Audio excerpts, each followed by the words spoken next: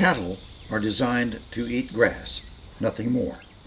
So, if you happen to be a cattle farmer, your objective is to keep fresh grass before your herd.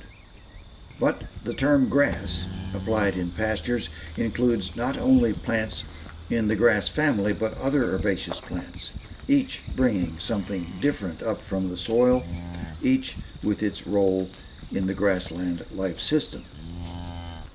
This diversity gives the cattle strength, as it did the bison on the prairies. Some farmers are okay with the natural diversity of grasslands. Others manage for a monoculture of fescue. So here's a citizen science experiment. We mowed thistles from most of a pasture, but left a patch during the growing season. American goldfinches poured in, adults first, to feed thistle seed to their young in the nest, then whole families when the young fledged. Goldfinches are our only songbirds to raise their young entirely on plant matter.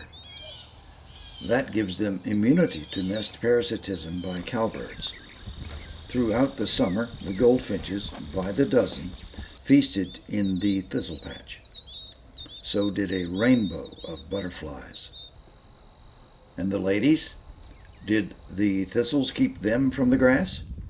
No. They munched through the thistle experiment, eating the grasses right up to the very edges of the thistle clusters. The loss of pasture was nil. The citizen scientists triumph again, including those with 4 legs.